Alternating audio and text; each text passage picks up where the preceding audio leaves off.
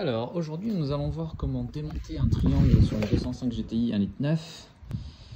Donc pour ce faire, et merde la page a changé. Pour ce faire, nous allons voir en fait au niveau de ce mécanisme là comment démonter le triangle. Donc là on voit qu'il y a deux vis qui se prennent directement dans les comment ils appellent ça, bon, bras inférieur, porte-maillot, ok, donc dans le berceau.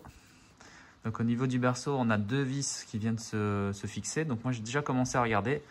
Là j'ai du 16, de l'autre côté j'ai du 17 pour la tête. Ici j'ai du 18 et de l'autre côté un écrou de 18. Allez, on va voir ce que ça donne. Donc ici j'avais mon écrou de 18, enfin de 16. De l'autre côté qui est pas très accessible, j'ai la tête de 17 du coup. Hop. Et du coup, de l'autre côté, j'ai les deux, là pour le coup, ils sont raccords, de 18. Donc, tac, avec son écrou derrière. Bon, là, j'ai déjà mis ma clé pour pouvoir l'attaquer. Alors, vu qu'il n'y a pas beaucoup de place, moi, je suis passé par une clé un peu comme ça. Je pense qu'avec une clé plate aussi, ça peut se faire. Mais du coup, moi, j'ai pris une clé à œil pour avoir une meilleure prise, en fait. Donc là, je vais essayer de passer un petit peu de WD-40. Du coup, pour dégripper un petit peu le système. Parce que là, mon écrou, il a un peu une sale tête. De ce côté, voilà, donc l'idée c'est de pas forcément trop forcer dessus non plus. Je vais y aller un petit peu au marteau pour débloquer l'écrou qu'il y a derrière et normalement ça devrait venir. Allez, ok, donc maintenant j'ai les deux vis qui sont enlevées. Donc celle de 18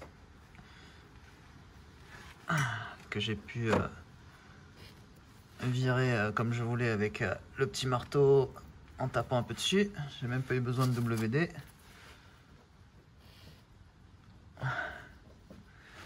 Voilà, donc là, si on a moyen de la virer. Et la fameuse 17, qui elle est de l'autre côté. Pareil, difficile d'accès. Donc je vais les enlever. Et à partir de là, en enlevant la rotule de pivot qui est ici, on va pouvoir dégager complètement le triangle. Alors, du coup, on n'oublie pas de bien récupérer les petites rondelles qu'il y a là. Moi, je vais remettre les mêmes en fait. Donc il ne faut pas les oublier.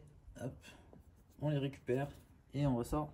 Hop. Donc voilà, maintenant que j'ai posé toutes les vis, donc j'ai déposé la rotule de pivot. Donc là maintenant, je peux tomber mon triangle. Donc on va voir la raison pour laquelle moi j'ai fait en sorte de changer cette partie là. C'est qu'en fait voilà, j'ai mon petit soufflet là, comme normalement qui a un souci. Donc je vois qu'il y a de la graisse qui s'est propagée un peu partout, donc je pense qu'il fuit et surtout qu'il est craqué là. Voilà, donc à ce niveau. Donc c'est pour cette raison que du coup je vais changer la totale, tout le triangle entier. Et donc je vais passer sur...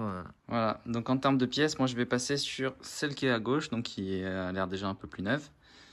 Et donc ce qu'on va faire déjà dans un premier temps, c'est vérifier qu'on a bien le bon triangle.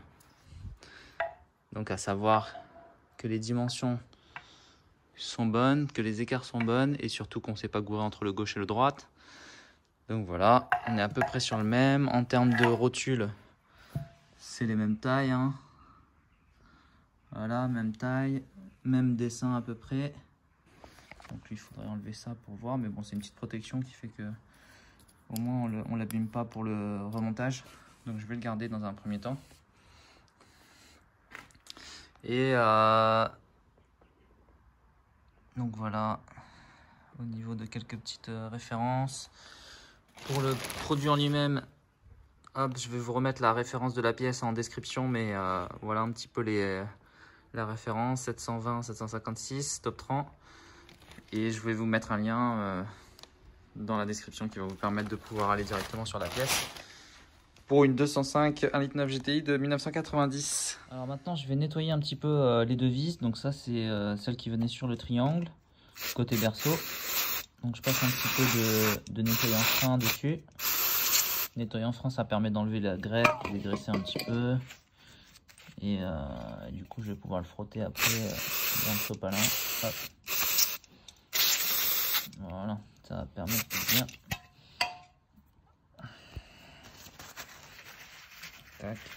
je vous remontre une fois que j'ai bien nettoyé. Et au moins, on va retrouver un peu des éléments comme neufs. Ok, donc voilà ce que ça donne après un petit nettoyage. Donc à noter que la rondelle la plus grosse en fait est du côté du boulon et la rondelle la plus petite, la plus fine est du côté de l'écrou. Donc quand on va les remonter, on va bien faire attention à ça. Donc de l'autre côté, pour la vis la plus grosse, là qui était côté, on va dire à l'arrière de la... Enfin, voilà, j'ai le train qui est là. Donc les plus grosses, elles étaient à ce niveau-là. Et la 16-17 en termes de taille était devant. Donc du coup, ça va se remonter ici. Comme ça avec l'écrou de ce côté-là. Et de l'autre côté, ça va être l'inverse. Donc la vis, elle va être à l'intérieur. Et avec l'écrou et la petite rondelle de l'autre côté. Voilà. Donc, ok, c'est good. Donc voilà comment on va remonter le tout. Allez, c'est parti. Alors, donc voilà, j'ai remonté les écrous des deux côtés. Donc là, ce qu'il faut savoir, c'est qu'il ne faut pas serrer complètement. Il faut que le triangle reste quand même assez libre comme ça. On puisse le bouger sans problème, sans force. Voilà, comme ça. Parce que le verrouillage en fait du réglage se fera une fois que la voiture sera baissée. Donc on va la mettre sur des rampes et auquel cas on va aller sous la voiture et on va serrer le triangle une fois qu'il sera en position naturelle quand la voiture est au sol. Donc parce que sinon ça fausse le retour. Et normalement il est censé y avoir un petit retour de force ici pour faire en sorte qu'on doit forcer pour faire descendre la rotule. Donc un espèce de retour élastique.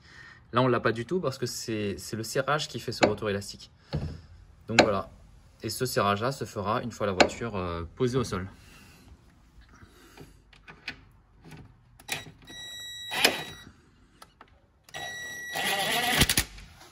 Voilà. Et je ne fais pas le serrage complet pour garder justement ce côté élastique. Donc ensuite, une fois que j'en suis arrivé à là, j'enlève la petite protection du soufflet de la rotule. Hop, et ça va me permettre de pouvoir aller l'enquiller directement dans le pivot et du coup de la bloquer.